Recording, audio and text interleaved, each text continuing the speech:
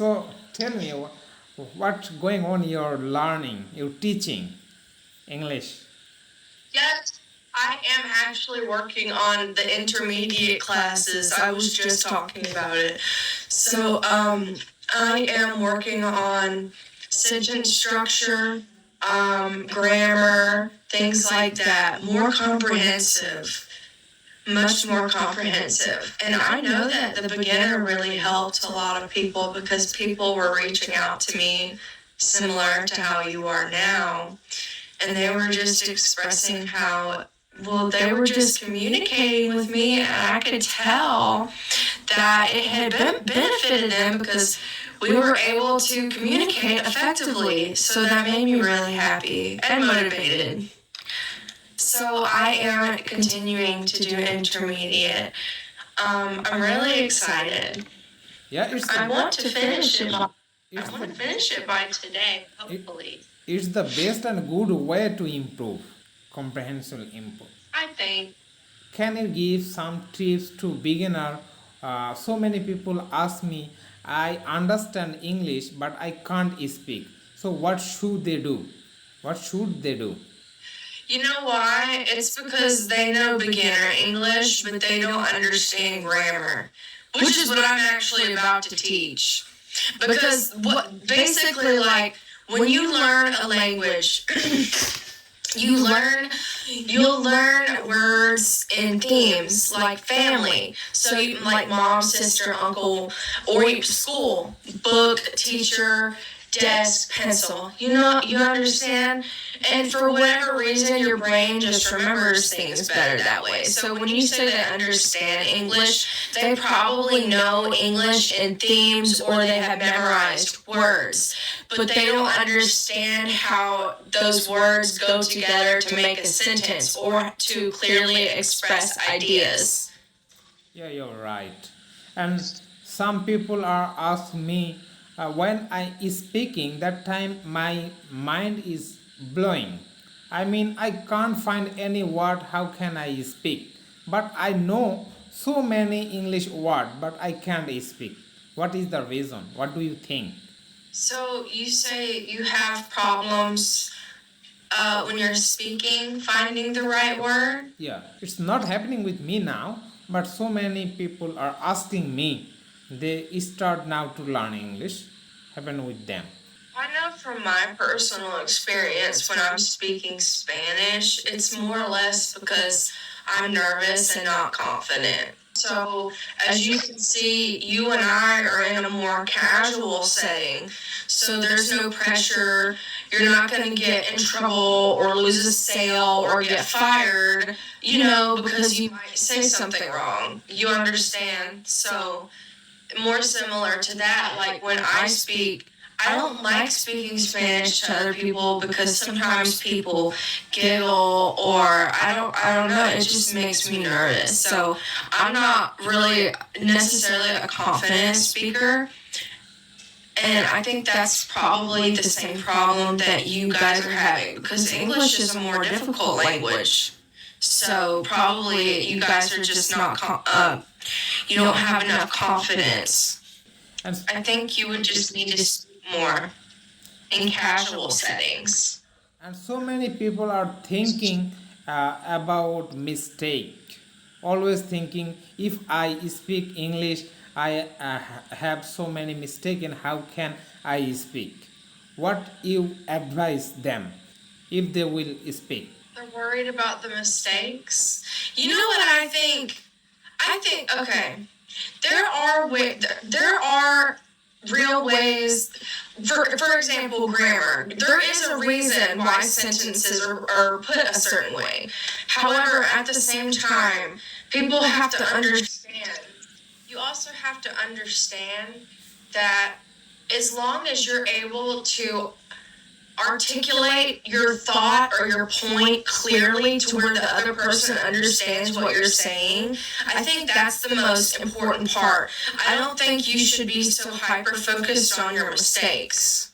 I think as long as you're able to relay your message clearly and the other person understands what you're trying to say or what you're trying to portray, your message, I think that's the important part because a lot of times when me as an American speaking with foreigners, whether it be Spanish speaking people or people from Bangladesh, India, Pakistan, um, they do make mistakes, but you give them leniency because that's just how it goes. You make mistakes, but as long as you relay the message clearly and effectively, it is what it is. Yeah, I agree with you. I totally agree with you. Don't think about your mistake when you are a beginner. Yes, Swaggy. You like to teach someone in English. You enjoy it. Do I enjoy it?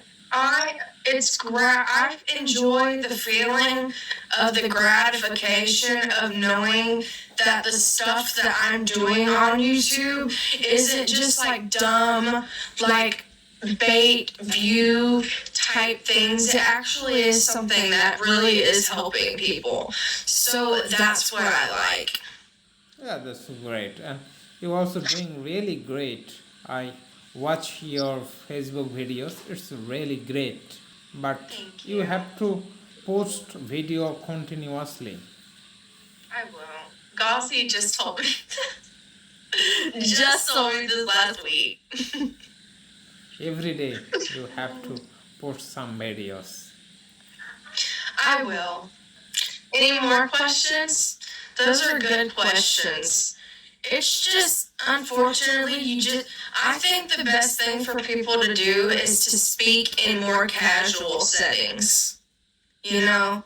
So you don't feel so much pressure to make mistakes. You're going to make mistakes. As long as you can relay your message, that's all that really matters. And I mean, in a remote setting or a business setting, people aren't going to stop dealing with you because you make a mistake or two. You know, thank you, Kevin. A lot of Americans make a lot of mistakes when it comes to grammar. It's kind of like a way that we insult each other. It's like, oh, you can't say the your. It's kind of funny if you really think about it. And I know the Americans who are watching know what I'm talking about. No, no. Am I wrong? It's need our for because our native is not English, so that's why we want to know that. Especially foreigner like you, you are native English speaker. Yes. Do you know that when I talked to you first time, I was very nervous. Nowadays, I feel some confident to speak with you. I know I have so many mistakes, but I don't worry about it because I know you understand what I'm saying. That's enough for me. What do you think? I think that that's great. And you also appreciate to English learner. It's for best way to improve my English. Say that one more time, Waleed. I said that when I speaking first time with you, I was very nervous. But nowadays I'm confident with speak with you. I don't worry about my mistake because I know I'm a learner and learner can mistake. It's a happen. And you also very good and you teach some English tips how can improve my English. It's the best way to improve my English. Remember I told you to talk to the chat GPT robot? Did you ever do that? Yeah, sometime I use ChatGPT to improve my English. I'm asking some questions Does it help? and they reply, then I again ask and ask. Do you do it with voice mode? Yeah, voice mode. Good. I was gonna say, because that's more realistic, because at least, you could kind of talk back and forth with it. Yeah, it's very helpful for beginner. When you try to learn English, first time you don't have a partner to speak. So it's the good and easy way. It's my point of view. You think? Can you hear me? Not necessarily. Were you saying, say what you said one more time? I said when I'm trying to speak with robot, I mean ChatGPT, It's the best and good way to improve English. Oh, good. I'm very happy to hear that it's helping you. Yeah, and because when I'm starting the first time, I don't have a partner first time because I are not a good English speaker that time. Now I can speak, it's not good enough, but I can something. When someone want to speak English or learning English who is a beginner, it's good for them. And what do you think? ChatGPT is good for beginner? Okay. I think it would be good for anybody because, like you said, it is difficult to find people who are willing to go back and forth, because that's not what everybody is necessarily looking to do. Hey, O's. So they just may not be, willing or receptive, but that's why I think that's a really good alternative because it would be a nice conversation simulation.